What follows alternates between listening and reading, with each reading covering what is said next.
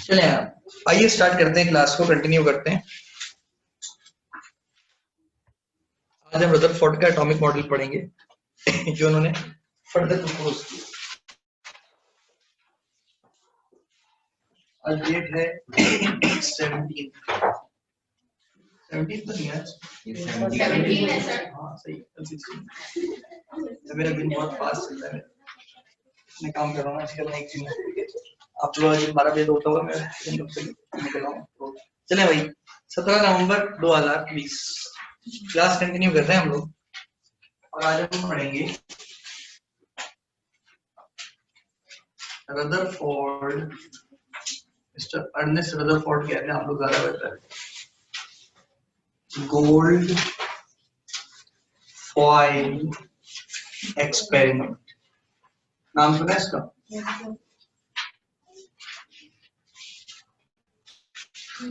इस Rutherford gold foil experiment में basically शामिल है रदरफोर्ड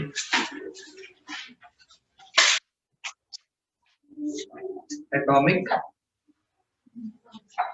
मॉडल, जिसमें कुछ वेरिफिकेशन थी, कुछ एरर्स थे, सही है। या फिर इस चीज को एक और नाम दे दिया जाता है, डिस्कवरी ऑफ न्यूक्लियस।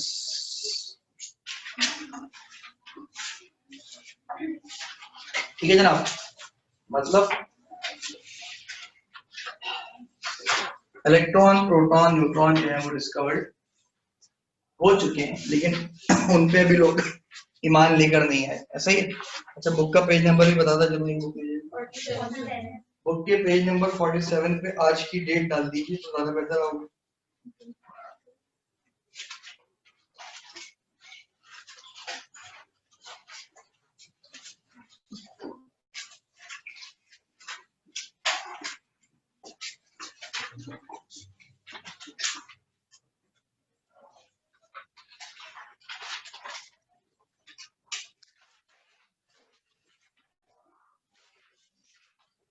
जनाब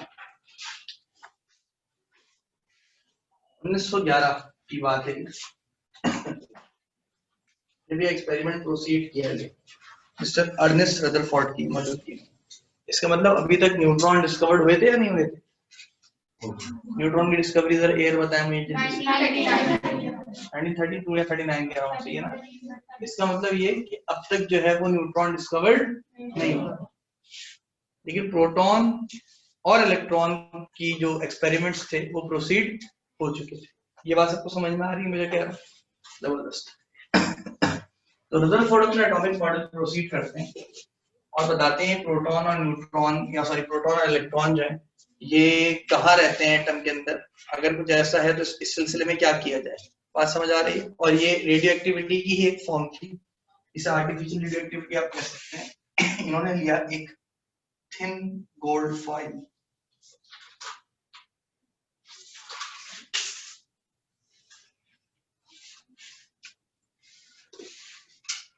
थिन गोल्ड फॉइल, ठीक है ना। इसके इर्द गिर्द लगा दी तो और बड़ा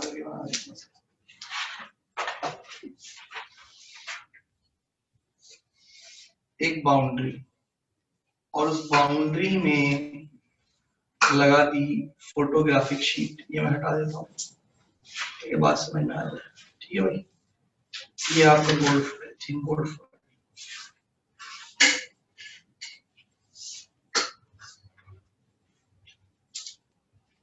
सही है, समझ आ रहा है कुछ कुछ? अच्छा, यहाँ एक तरफ एक इनलेट छोड़ दिया कुछ चीजों के पास आउट होने का, थोड़ा और आगे कर देते हैं ताकि जितना अच्छा लग रहा हो। स्लिट कहते हैं आप इसे, इनलेट कहते हैं, यानी रास्ता अंदर दाखिल होने के लिए। किसका? अल्फा रेस का। अल्फा रेस है कौन? बताया भी था मैंने, हीलियम के न्यूक्लिया, याद आ रहा है कुछ कुछ? याद आ रहा है? हीलियम की न्यूक्लियर अल्फा पार्टिकल बेटा बताया था। पार्टिकल्स क्या है?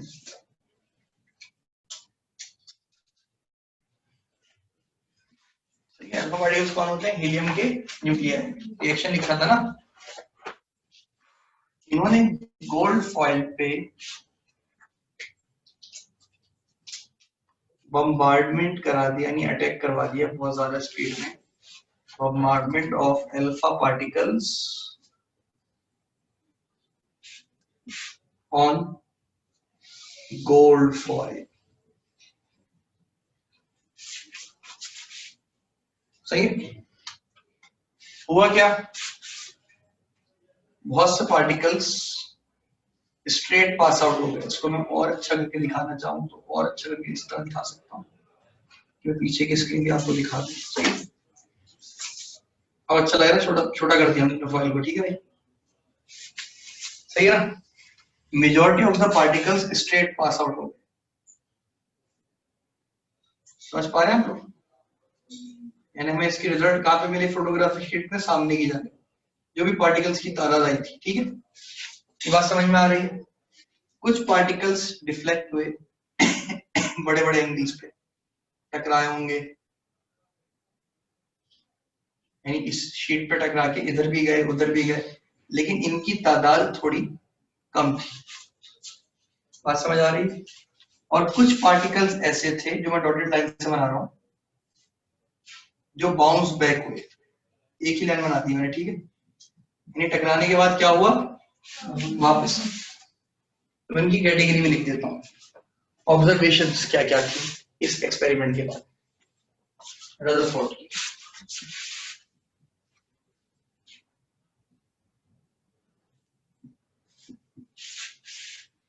सबसे पहली observation,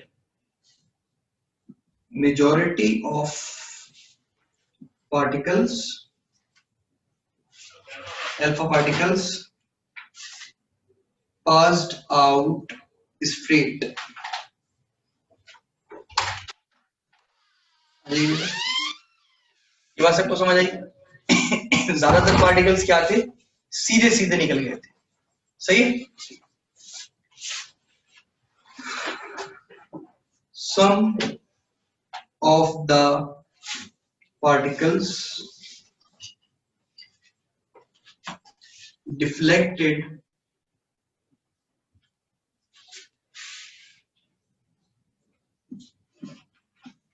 from the gold foil towards photographic sheet।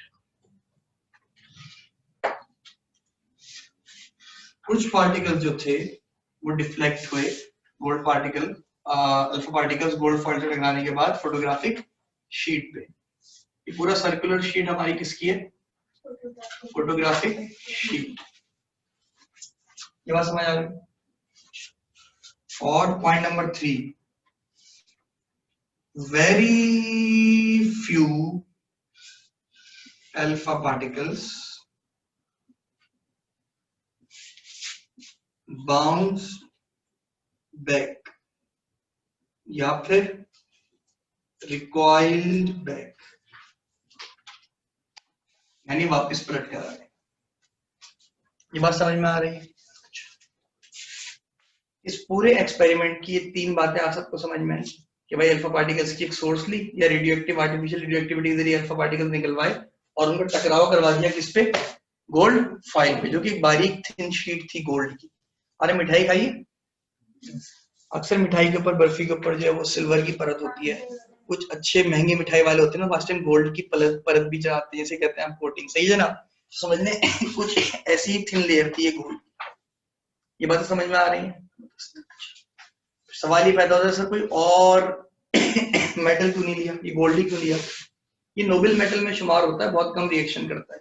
सारा साल गोल्ड ऐसे ही पड़ा रहता है, पानी फेंको ना जंग लगता है, ना किसी और चीज में कन्वर्ट होता है। ऐसा ही ना, ये भी एक वजह थी रिएक्टिविटी चेक करने की। सही है?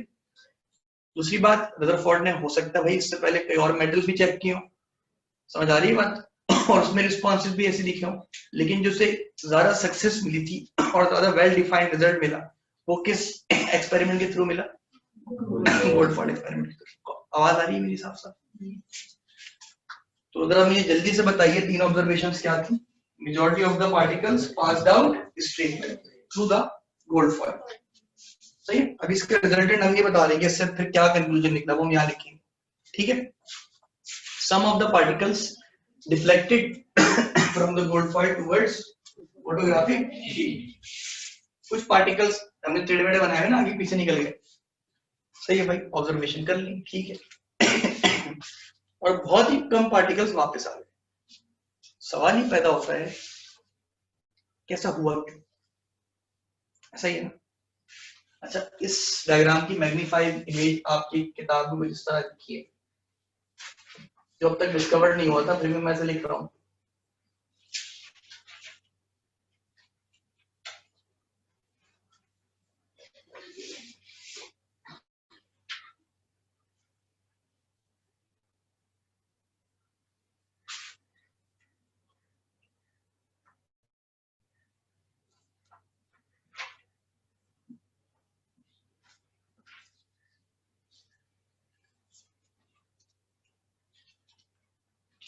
रदरफोर्ड के मुताबिक एटम के अंदर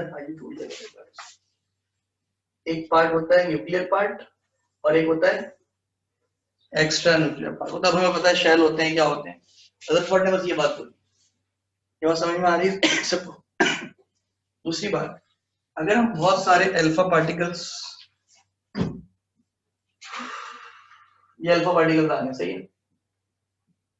अल्फा पार्टिकल्स हैं कौन? हीलियम के न्यूक्लियाई, ठीक है। ये बात समझ में आ रही है? तो हुआ क्या, सपोज ये आगे हमारी फोटोग्राफिक शीट थी ना, तो उसमें बहुत से पार्टिकल्स कैसे पास आउट हो गए? स्ट्रेट। कुछ पार्टिकल्स रिफ्लेक्ट हुए, टकराए, और कुछ पार्टिकल्स बाउंस बैक हो। ठीक है जनाब, मल्टीपल कलर दो तो और अच्छा नजर आता, आपको बुक में नजर आ रहा होगा, ऐसा ही जनाब, सही है। तो ये इस एक्सपेरिमेंट की मैग्नीफाइंग इमेज, ये समझ सिंबलाइजेशन है समझाने के लिए कि किस तरह जो खाली जगह थी वहां से पार्टिकल सीधे सीधे पास हो गए, जिस जगह पे पॉजिटिव चार्ज से टकराया वहां डिफ्लेक्ट हुए नजर आ रहे, और जहां बिल्कुल बीच में टकराया वो वापस हो गए। ऐसा ही है, पेज नंबर 48 पे डायग्राम मौजूद है, ऐसा ही।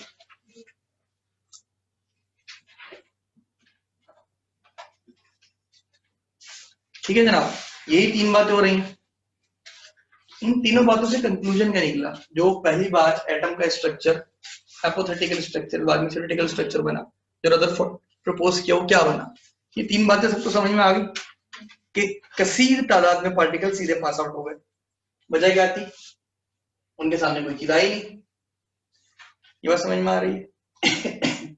कुछ पार्टिकल्स इस पॉजिटिव सेंटर से टकराए और डिफ्लेक्ट हो गए, जो दूसरा पॉइंट है, और बहुत ही कम पार्टिकल्स टकराए और रिकॉइल बैक हो, बाउंस बैक हो। ये बात समझ में आ रही है? कंक्लूजन क्या निकलेगा? कि कंक्लूजन भी इन्हीं तीन पॉइंट्स पे निकलेगा।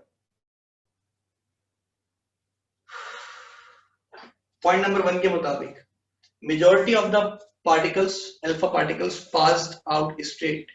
इसका कंक्लूजन ये है, इट मींस देयर आर,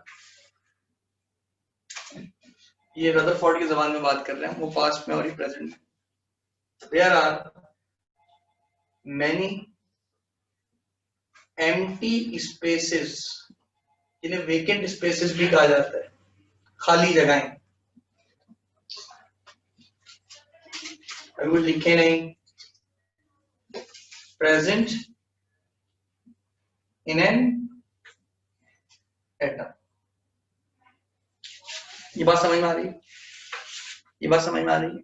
जो सारे पार्टिकल्स सीधे सीधे पास आउट हो गए, इसका वजह क्या थी? कि एटम के अंदर खाली जगहें मौजूद है, एक गाड़ी जा रही है, उससे कोई चीज टकराई नहीं, वो सीधी सीधी पास हो गई, टेंशन ही नहीं। अब हमें पता है इलेक्ट्रॉन्स होते हैं, लेकिन यकीनन वो इलेक्ट्रॉन्स भी ठहरे हुए नहीं होते हैं, वो वेट नहीं कर रहे होंगे अल्फा पार्टिकल आएंगे मुझसे टकराएंगे फिर कुछ होगा, वो भी अपना मूवमेंट कर रहे होंगे, लेकिन अभी वो यहाँ पे इन्वॉल्व नहीं हुए, उन्होंने कोई कोलिजन नहीं किया अल्फा पार्टिकल्स के साथ, वरना पता लगता फिर हमें, ठीक है। दूसरी बात, some of the particles deflected from the gold foil towards photographic sheet. It means something or some place, कोई शय या कोई जगह, सही है। It means something or some place is present in an atom with the same charge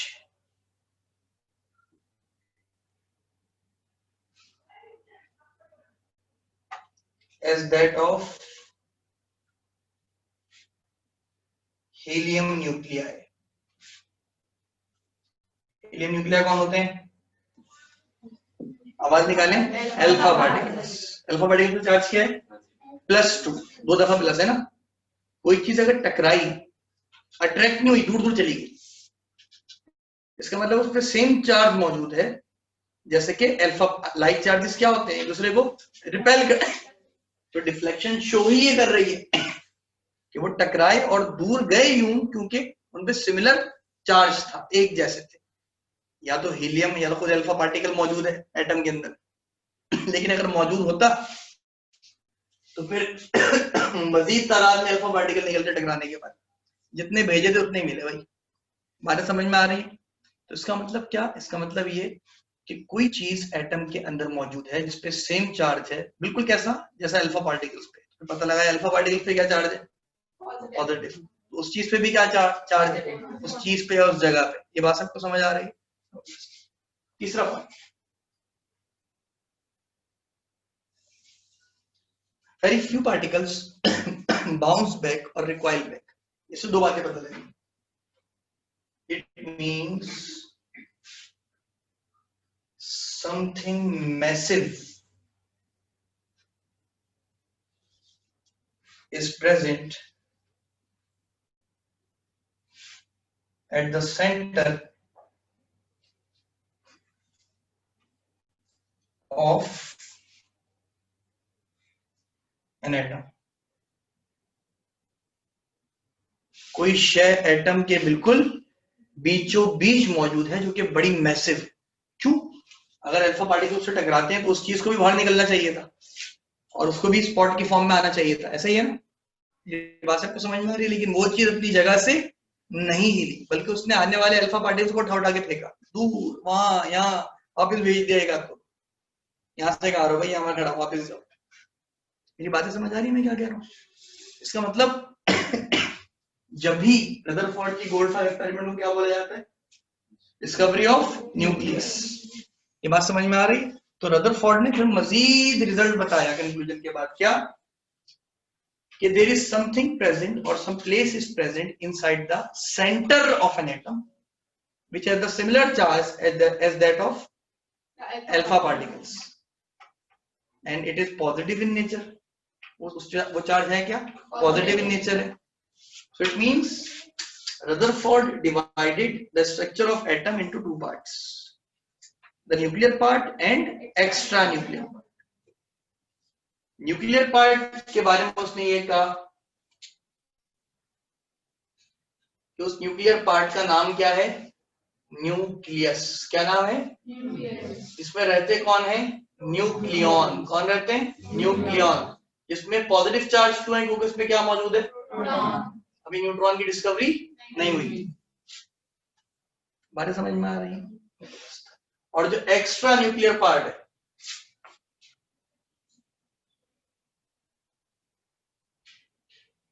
उसमें क्या पाए जाते हैं? इलेक्ट्रॉन्स। बात समझ में आ रही है? तो लोगों ने रदरफोर्ड को बुलाया, इधर आओ। रदरफोर्ड चला गया, जी जनाब इलेक्ट्रॉन रहता किधर है? न्यूक्लियस के बाहर। रहता किधर है? एटम के अंदर। क्या कर रहा होता है? पता नहीं, शायद घूम रहा होता है। बताऊंगा ये बात मैं आपको। सही, ठहरा हुआ है, बैठा हुआ है, खाना खा रहा है, चले जा रहा है, कहीं आराम कर रहा है। ये तो बता दिया प्रोटॉन मौजूद है न्यूक्लियस के अंदर, इलेक्ट्रॉन कहाँ मौजूद है? बातें समझ में आ रही है? अब रदरफोर्ड की थ्योरी जरा एक्सपेंड होना शुरू हुई, जिसमें एरर्स आए बाद में चल। और फिर उन एरर्स को रेक्टिफाई किया गया और साइंटिस्ट की मदद से। ये बातें सबको थोड़ी बहुत समझ में आ रही है, ठीक है। तो इसका मतलब अर्नेस्ट रदरफोर्ड ने 1911 में जो डिस्कवरी ऑफ न्यूक्लियस की, वो चलते फिरते नहीं कर दी, उसके पीछे बैकअप में कई साइंटिस्ट की मेहनत शामिल थी जो अपनी जिंदगियां गुजार रहे थे, ऐसा ही है ना भाई। इसमें जे थॉमसन, जॉन डेल्टन, शुरुआत में डेमोक्रेटिस, पूरा मुस्लिम पीरियड की अगर हम बात करें, ये पढ़ा था ना अभी हम सब ने। और क्या पढ़ा था? इलेक्ट्रॉन की डिस्कवरी सबसे पहले किसने की थी कैथोड रे एक्सपेरिमेंट के थ्रू? इसने डिजाइन किया था विलियम क्रूक, बहुत जबरदस्त। और उसके बाद इसको वेरीफाई मजीद किसने किया? जे थॉमसन ने, बहुत जबरदस्त। और फिर प्रोटॉन की डिस्कवरी किसने की थी? अभी नाम आया था गोल्डस्टीन ने। हाँ, वही एक नाम याद किया, हर जगह जो भी नाम आया गोल्डस्टीन बन के अब कौन बनाता है? गोल्ड। क्या हो गया बेटा? सही है। प्रोटॉन की डिस्कवरी किसने की थी भाई? गोल्डस्टीन। सही है। वो कैनाल रे और उसकी जो प्रॉपर्टीज थी कैनाल रेस की या पॉजिटिव रेस की, वो किसने एक्सप्लेन की थी? Again J Thomson. याद आ रही है सारी बातें? अच्छा, इसके बाद रेडियो एक्टिविटी हेनरी बेकरेल बताया था, मैरी क्यूरी, और फिर एंड में कौन आया था मार्केट के अंदर? Rutherford, Ernest Rutherford. इसने रेडियो एक्टिविटी के through alpha beta gamma rays की वेरिफिकेशन का बताया। सही है। एक न्यूट्रल पार्टिकल की डिस्कवरी हो गई, पहली बार जिसे ढूंढने में लोग लग गए कि क्या चीज है भाई। 1932 और 40 यानी 39 के अराउंड जाके कंफर्म हो रहा है। इसका नाम बाद में क्या रखा जा रहा है? न्यूट्रॉन। और उस दौरान साथ साथ में ये क्या पेश कर रहे हैं? एटम का स्ट्रक्चर, कि एटम होता किस तरह। बातें समझ आ रही? क्यों? क्योंकि मैक्रोस्कोपिक चीजें तो हमारे सामने थी।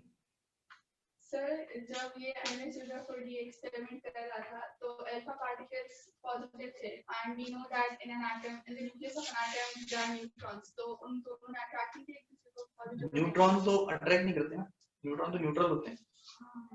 कहते हैं। और इलेक्ट्रॉन्स की पोजीशन तो अभी बताई नहीं बेचारे ने, ये तो मसला था। अभी तो सब लोगों ने पूछा, वही वाला सवाल ना आपका, अगर अल्फा पार्टिकल्स आ रहे हैं लेकिन न्यूट्रॉन तो न्यूट्रल है और हमें पता है सारा मास भी उसी का ही है। कल देखा था ना सारा मैसिव, जब यही तो वजह है कि अब हमें पता है प्रोटॉन और न्यूट्रॉन न्यूक्लियस के अंदर है, जब वो मैसिव है, एक तरीके से पूरे एटम का स्ट्रक्चर वो न्यूक्लियस ही है।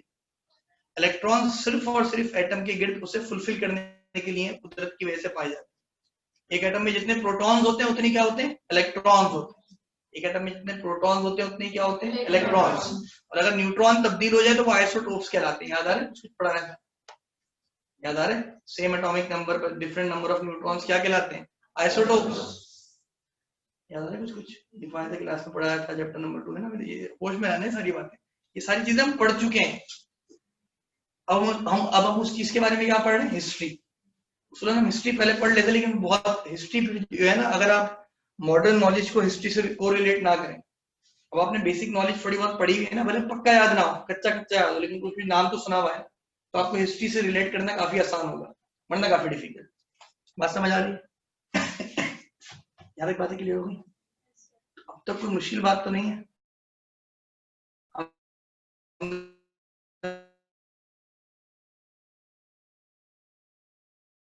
हमें बड़े स्टाइल में पता है कि प्रोटॉन और न्यूट्रॉन न्यूक्लियस के अंदर है, इलेक्ट्रॉन उसके घूमता है, लेकिन टाइम नहीं चलती। ये बात नहीं, वहां तक जहां तक मैंने बताया, मैं बताता हूँ कहां तक रीड आउट करना है।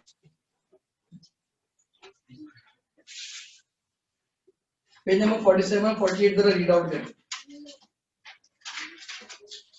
मैं भी रीड आउट करवा दूंगा।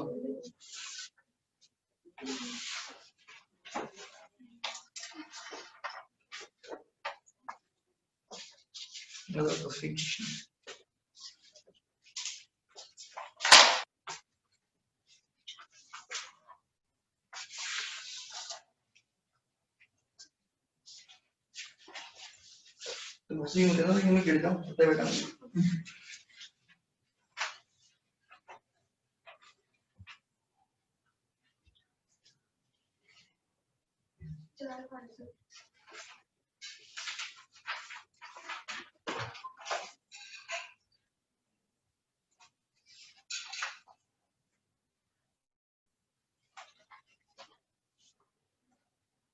बातें नहीं करें बेटा, खामोश रहिए।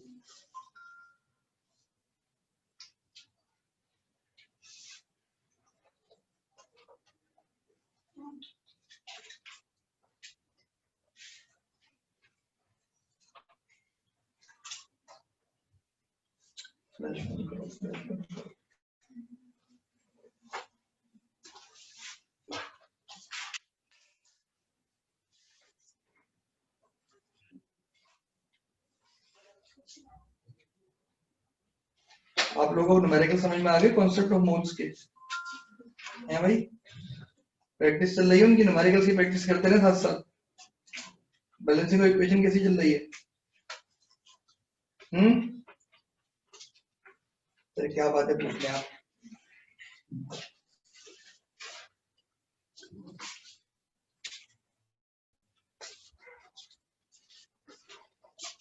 एक ग्रैंड टेस्ट कंडक्ट कर लूंगा मैं 2 चैप्टर्स का, और उसमें अगर मसला है फिर बहुत बड़ा मसला हो जाएगा। सही है, पढ़ना शुरू कर जिन बच्चों ने भी पढ़ाई छोड़ी हुई है। ठीक है, समझ आ रही है मेरी बात?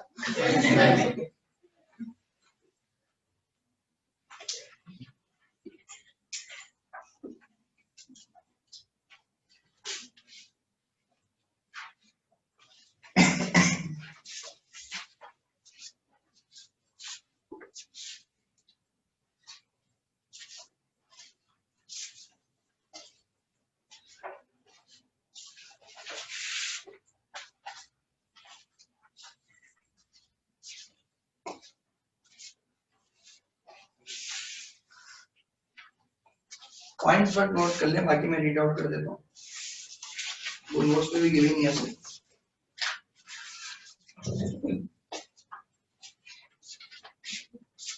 चलिए ना, मैं पेज नंबर 47 से ये चीज रीड आउट भी कर रहा हूँ, जो ऑनलाइन मौजूद है वो भी सुन लें। Ernest Rutherford in 1911 carried out series of experiments. He passed a beam of alpha particles through a very thin gold foil, metallic foil. He found that alpha particles passed through it without any deflection, without any collision or takraw. However, some of them deflected at large angles and very few of them bounced back. सही है भाई, ये बात पढ़ ली हमने। फिर इसी चीज को एक्सप्लेन किया गया एक डायग्राम के थ्रू और कुछ पॉइंट्स के थ्रू। यहाँ 2 पॉइंट्स में सारी बात कर दी हमने, उसे डिवाइड कर दिया 3 पॉइंट्स में। ठीक है, कहा जा रहा था volume occupied by an atom must be largely empty as most of the alpha particles pass through the foil undeflected। ये हमने पहले पॉइंट से कंक्लूजन निकाला। ऐसा ही है कि ज्यादातर पार्टिकल सीधे पास आउट होगा, जिसका मतलब क्या है कि मेजॉरिटी ऑफ द स्पेसेस जो है एटम के अंदर वो क्या है, एम्प्टी है, खाली। The positive charge in the atom is concentrated, यानी massive है, and is extremely dense region which he called nucleus or nuclear part. This was from the fact that alpha particles after collision with a heavy positively charged nucleus had bounced back। ये वही बात जो हमने कही थी, यही वजह है कि वो जो पार्टिकल्स बाउंस बैक हुए थे, उसकी वजह ये कि वो चीज इंतहाई मैसिव और बीचों बीच खड़ी है, जो चीज उसे टकराएगी वो वापस चली जाएगी। बात समझ में आ रही है? और वो ये वाली बात इसमें एडिशन है कि सिमिलर चार्ज मौजूद है उस चीज पे, और सिमिलर चार्ज नहीं होता बाउंस बैक इतने आराम से नहीं होता। बात समझ आ रही है? From the above observations, Rutherford proposed that atom consists of very small positively charged nucleus in which the most of the mass of atom is concentrated। यानी एटम का सारा मास उसी में पाया जाता है। जब भी हम उस न्यूक्लियस को क्या बोलते हैं, उसके वजन को क्या बोलते हैं, एटॉमिक मास या एटॉमिक वेट या मास नंबर। याद आ रहा है कुछ, है ना? The rest of the volume is empty space. However, this space is not completely empty, then and that in it electrons revolve around the nucleus. According to the Rutherford model, an atom consisted of 2 parts, nucleus and extranuclear part. The protons and neutrons reside inside the nucleus. अच्छा, इसमें एक काम की बात सुनना है, जो हमारे पास इसमें लिख तो उन्होंने दिया है न्यूट्रॉन की डिस्कवरी का, लेकिन अब हमें पता है कि प्रोटॉन और न्यूट्रॉन न्यूक्लियस होते हैं। उस रदरफोर्ड ने ऐसी कोई बात नहीं कही थी। इस बात को मैं खास तौर पर बता दूं आपको, बल्कि एग्जैक्ट अगर रेट बताएं तो 1932 James Chadwick discovered third type of fundamental particle of atomic structure through artificial radioactivity। Page number 45 पे मौजूद है ये बात। ठीक है जनाब, कहानी आगे बढ़ाते हैं लेकिन हम कंक्लूड कर रहे हैं कि प्रोटॉन और न्यूट्रॉन कहाँ पाए जाते हैं आप जनरली, न्यूक्लियस के अंदर। Since protons are positively charged particles, therefore nucleus has positive charge. Further, since the weight of the atom due to the presence of proton and neutron, as these particles residing in the nucleus, the weight of the atom is concentrated in the nucleus. The electrons are revolving around the nucleus in extranuclear part in various orbits, which are called shells or energy level। ये concept जो दिया था ना सबसे पहले, ये नील Bohr ने दिया था। इस बारे में कुछ बातें बताते चले आप। बता दो मिठाई, अब बड़ी काम की बातें पढ़ने वाले हैं।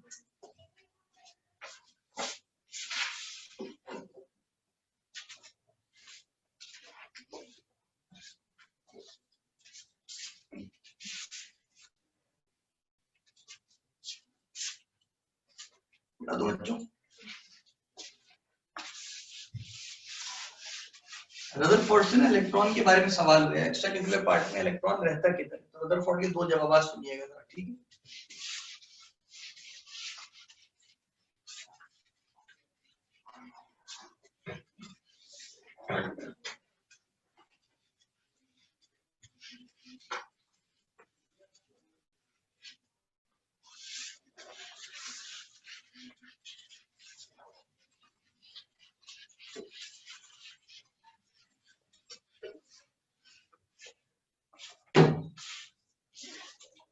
यहाँ तक आप सबको बात समझ में आ गई, प्रोटॉन्स न्यूक्लियस के अंदर है और इलेक्ट्रॉन्स न्यूक्लियस के बाहर। ये अब तक रदरफोर्ड ने बात की। लोगों ने सवाल पूछा कि एकोमोडेशन क्या है इलेक्ट्रॉन्स की एटम के अंदर, तो रदरफोर्ड के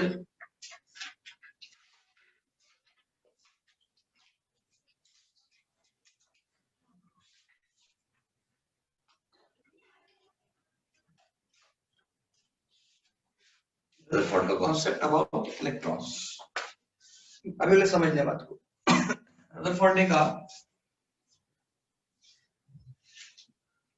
electrons do continuous motion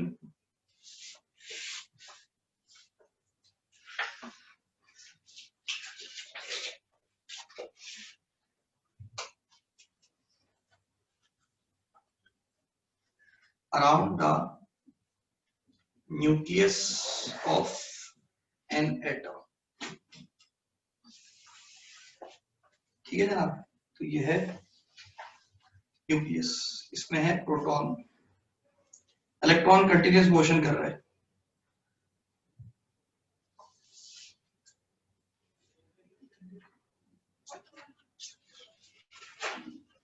जो चीज कंटिन्यूअस मोशन करती है ना बेटा,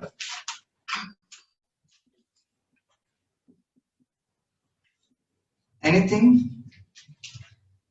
that does continuous motion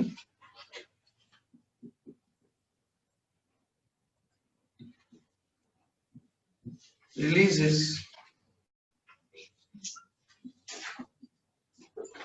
continuous energy। सही है। in terms of electron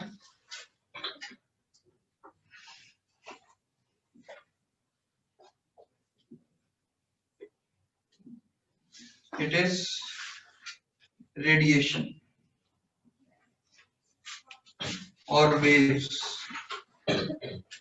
सही है ना, इसका मतलब इलेक्ट्रॉन अगर लगातार घूम रहा है तो लगातार एनर्जी रिलीज करेगा। सही कह रहा हूं,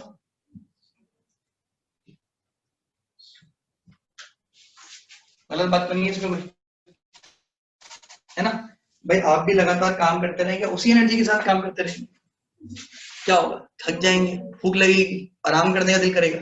सर इलेक्ट्रॉन इंसान तो नहीं है, कर तो बहुत कुछ सकता है, सारे काम कर सकता है। एक मिनट दीजिएगा मुझे बस।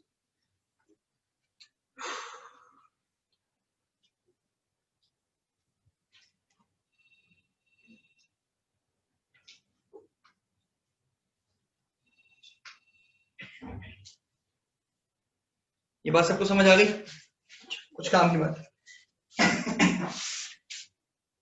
तो इसका मतलब हमें जो रेडिएशंस या वेव्स के थ्रू एनर्जी मिलेगी, हम बनाएंगे उसका स्पेक्ट्रम। कैसे बनाएंगे, क्या बनाएंगे उसका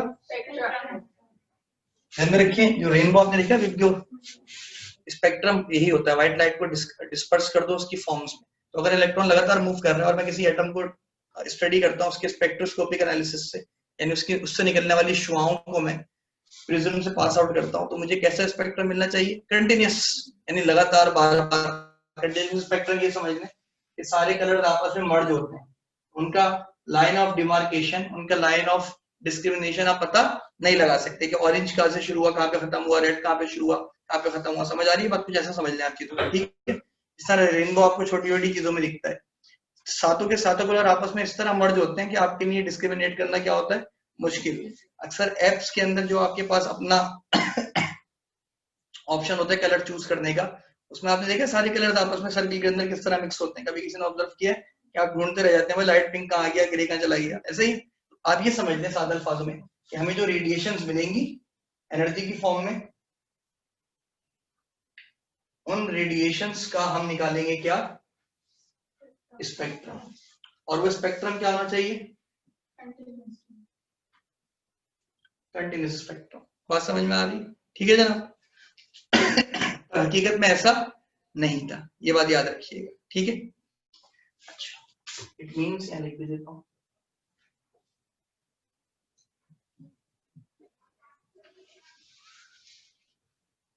द स्पेक्ट्रम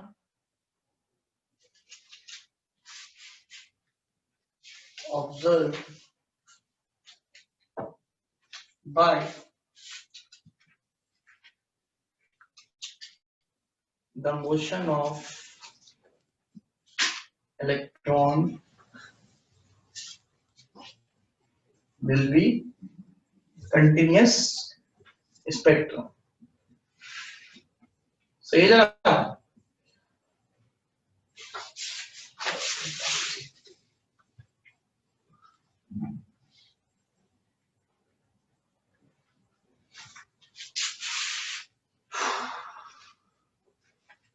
ठीक है जनाब।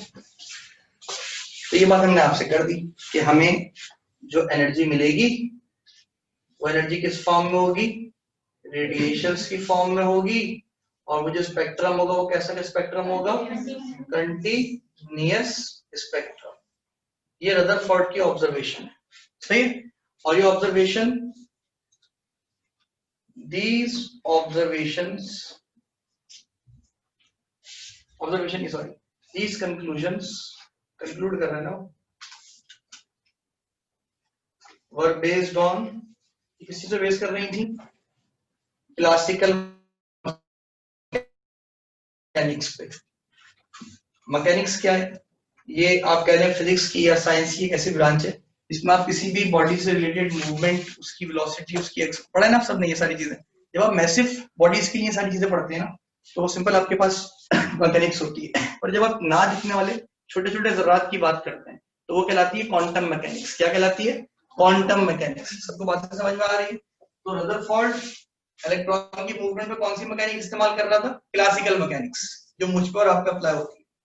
हमें खाना चाहिए, हम थकते नहीं, हम लगातार एनर्जी रिलीज कर रहे हैं। एक वक्त ऐसा आएगा, इसके ड्रॉबैक्स क्या आते हैं, अगर इलेक्ट्रॉन लगातार मूवमेंट कर रहा है, लगातार एनर्जी रिलीज कर रहा है, लगातार एनर्जी रिलीज कर रहा है, न्यूक्लियस के करीब होता रहेगा। जाहिर सी बात है, जब वो एनर्जी लगातार रिलीज करेगा दौड़ने से, एक वक्त आएगा इलेक्ट्रॉन कमजोर पड़ जाएगा, और जब इलेक्ट्रॉन कमजोर पड़ जाएगा तो उसे कौन अपनी जानिब खींच लेगा, प्रोटॉन्स। यानी वो इलेक्ट्रॉन फॉल डाउन कर जाएगा किसमें, न्यूक्लियस के अंदर। तो पता नहीं क्या होगा, धमाका होगा, क्या होगा। बात समझ आ रही है, गिरे जा रहा है, गिरे जा रहा है, और एकदम से जान छोड़ के कहाँ गिर जाएगा, न्यूक्लियस में। तो नहीं क्या, ये तो सारी रदरफोर्ड की ऑब्जर्वेशंस हैं।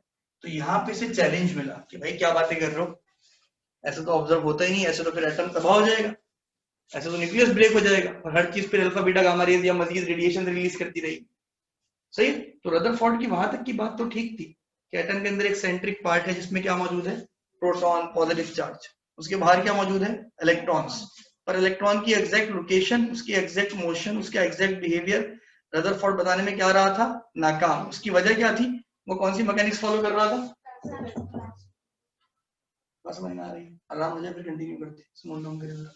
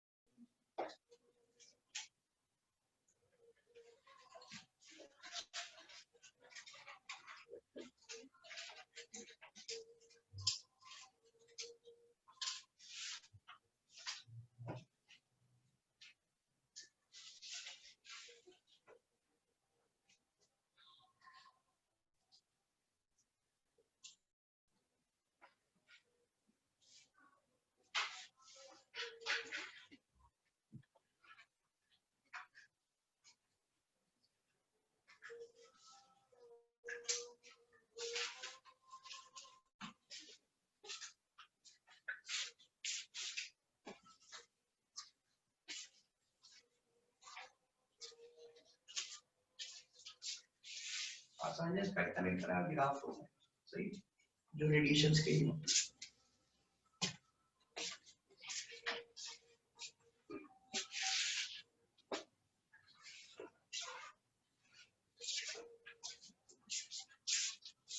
आया कि नहीं, आया कि ना, आपने जैसे आया कि ना, नींद आ रही, चलो ठीक है।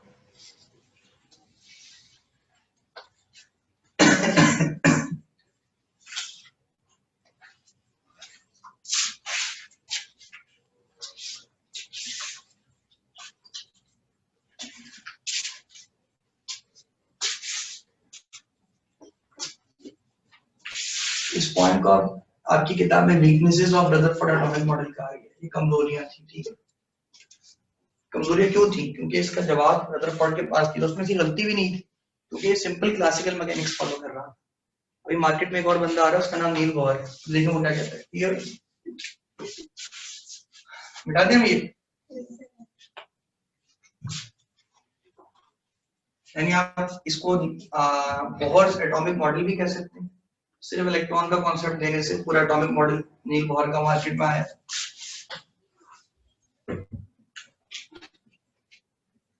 सही है, और ये एक तरीके से स्ट्रेंथ भी है ओवरऑल एफर्ट जो रदरफोर्ड ने किया था उसका मर्ज। इसका कतई नहीं मकसद नहीं है रदरफोर्ड ने बुरा काम किया था, इसका कतई नहीं मकसद नहीं है नील बोहर ने अच्छा। रिसर्च जो है वो नस्ल दर नस्ल और year by year, century by century, age by age चलती रहती है। जो पुराना काम होता है उसी को डेवलपमेंट के थ्रू आगे बढ़ाया जाता है। समझ आ रही है बातें? ठीक है जनाब। बहुत से बच्चों के में सवाल आता है ना, सर फायदा ही क्या जब एक किया तो इतनी कमजोरियां थी। भाई उसने इतने अच्छे काम की तो की भी चाहिए भी तो देखें।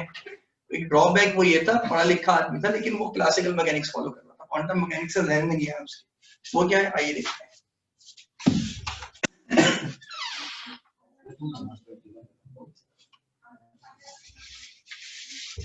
मैं इस कंटेंट को वाइंड अप करूं वरना अगले हफ्ते शुरू होते होते ना बड़ा मसला हो जाएगा। ठीक है, आइए देखते हैं।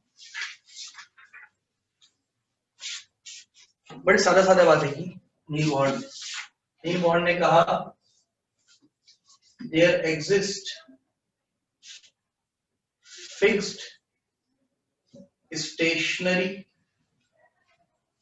quantized circular path around nucleus of an atom in which electrons revolve। ये बात क्या बोली? मैं पहले ही बता चुका हूं। न्यूक्लियस ये है नील बोहर का कॉन्सेप्ट, जिसे आप क्या कहते हैं, शेल, ऑर्बिट या एनर्जी लेवल। फिक्स का मतलब ठहरे हुए से जमे हुए, सॉरी। स्टेशनरी का मतलब ठहरे हुए, स्टेट ऑफ रेस्ट पढ़ा होगा आपने, सही, स्टेशनरी। क्वांटाइज का मतलब कांस्टेंट एनर्जी, क्वांटा से निकला वैसे फिक्स्ड एनर्जी, स्मॉल पैकेट्स। या क्वांटाइज से मतलब क्या है, कांस्टेंट एनर्जी। इनकी एनर्जी क्या रहती है, सेम, ना बढ़ती है ना कम होती है। वहां क्या हो रहा था, लगातार एनर्जी हो रही थी कम। बातें समझ आ रही हैं? तो कहा नील बोहर ने भाई कि न्यूक्लियस के गिर्द ठहरे हुए जमे हुए एक जैसी एनर्जी वाले सर्कुलर दायरे होते हैं, सर्कुलर पाथ होते हैं, जिन पर इलेक्ट्रॉन क्या करता है, घूमता है न्यूक्लियस के गिर्द। बात समझ में आई? ठहरे हुए जमे हुए एक जैसी एनर्जी वाले गोल गोल दायरे जिनमें न्यूक्लियस के गिर्द इलेक्ट्रॉन क्या करता है, रिवॉल्व करता है। ये बातें सबको समझ आ रही है? अच्छा, फिर जैसे जैसे हम न्यूक्लियस से दूर जाते हैं, इस क्वांटाइजेशन ऑफ एनर्जी यानी इस कांस्टेंट एनर्जी की तादाद भी क्या होती है, इंक्रीज होती है। वो भी फिक्स फॉर्म में होती है, पहले शेल की अलग, दूसरे की अलग, तीसरे की अलग। बात समझ में आ रही है? अच्छा, कुछ काम की बातें। इलेक्ट्रॉन्स अगर अपना शेल तब्दील करना चाहेंगे, पॉइंट नंबर 2 में यही समझा रहा हूं, समझ लें। तो ये जरा लो एनर्जी वाला है, एनर्जी इसकी कांस्टेंट है लेकिन इसकी एनर्जी फिक्स होगी कांस्टेंट, और इसकी एनर्जी हाई है।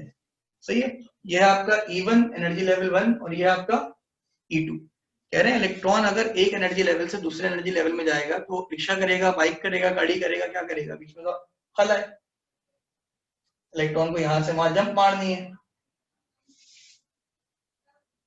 यानी लोअर एनर्जी लेवल से कहां जाना है? Higher energy level. कैसे जाएगा? तो कहते हैं भाई इलेक्ट्रॉन्स रेडिएशंस की फॉर्म में एनर्जी एब्जॉर्ब और इमिट आउट करते हैं। रेडिएशन से मुराद है फोटॉन्स, नाम सुना है इनका? अब सुनिए फोटॉन्स। फोटॉन्स का दूसरा नाम है क्वांटा, जब ये वर्ड आए, और क्वांटा का मतलब है packet of energy, constant packet of, small packet of energy. यानी जिस तरह जब इलेक्ट्रॉन लगातार घूम रहा था तो एनर्जी रिलीज कर रहा था रेडिएशंस की फॉर्म में, जिसका स्पेक्ट्रम निकाल लेते ना।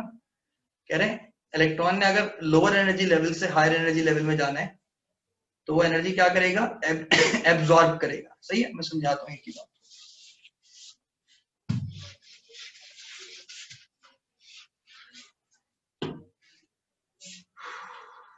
Electron jumps from lower energy level to higher energy level by the absorption of photons। मैंने सादा अल्फाजों में लिख दिया। फोटॉन्स का मतलब क्या है? क्वांटा यानी पैकेट्स ऑफ एनर्जी यानी रेडिएशंस। ये बात समझ में आ रही है? और इसी तरह इलेक्ट्रॉन अगर जंप करेगा vice versa, electron jumps from क्या? हायर एनर्जी लेवल टू, मैं EL लिख रहा हूं, to lower energy level, then it releases photons. Photon से मुराद क्या रिलीज करेगा? रेडिएशन रिलीज करेगा। बात समझ में आ रही?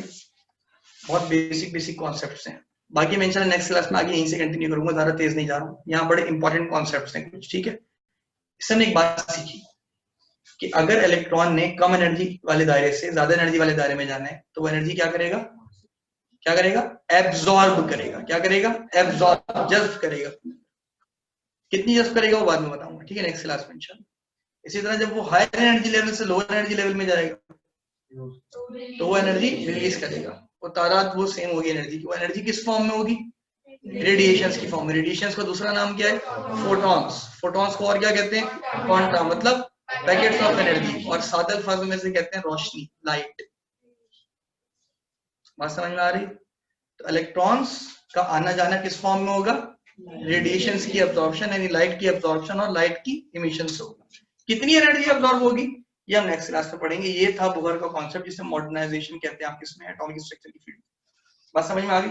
ऑलमोस्ट चैप्टर यहाँ वाइंड अप हो रहा है अगर आपने देख लिया हो। नेक्स्ट क्लास में मंडे को यहीं से इंशाल्लाह स्टार्ट करेंगे और इस चैप्टर को इख्तिताम पजीरी करेंगे। ठीक है? ठीक है जनाब। अल्लाह हाफिज।